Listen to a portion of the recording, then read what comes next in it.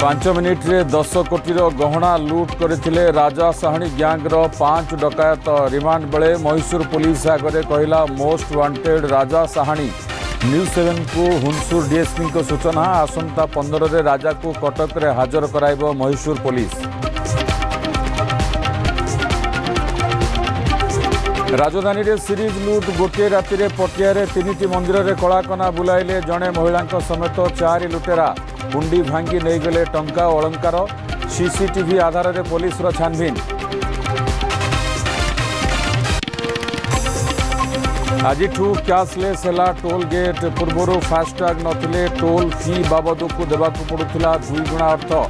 Cashless ପରେ ଅନଲାଇନ୍ରେ payment ପରେ ପାସ୍ କରିବେ ଟୋଲ୍ ଗେଟ୍।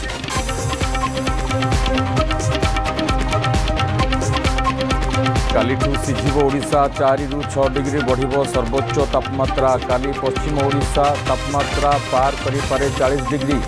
11ରୁ 16 ତାରିଖ ଯାଏ ଗରମ ଗୁଳୁଗୁଳି ପାଇଁ ଉପକୂଳ ଜିଲ୍ଲାକୁ ୟେଲୋ ଆଲର୍ଟ। ଆସନ୍ତା 24 ଘଣ୍ଟାରେ କାଳବୈଶାଖୀ ନେଇ 11 ଜିଲ୍ଲାକୁ ଆଲର୍ଟ।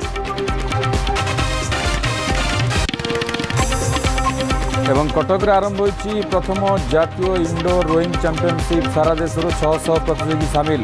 ପ୍ରଥମ ଦିନରେ ଓଡ଼ିଶା ମହିଳା ଦଳକୁ 3ଟି ଗୋଲ୍ଡ ମେଡାଲ। ଆସନ୍ତାକାଲି ସରିବ ଚାମ୍ପିଅନସିପ୍।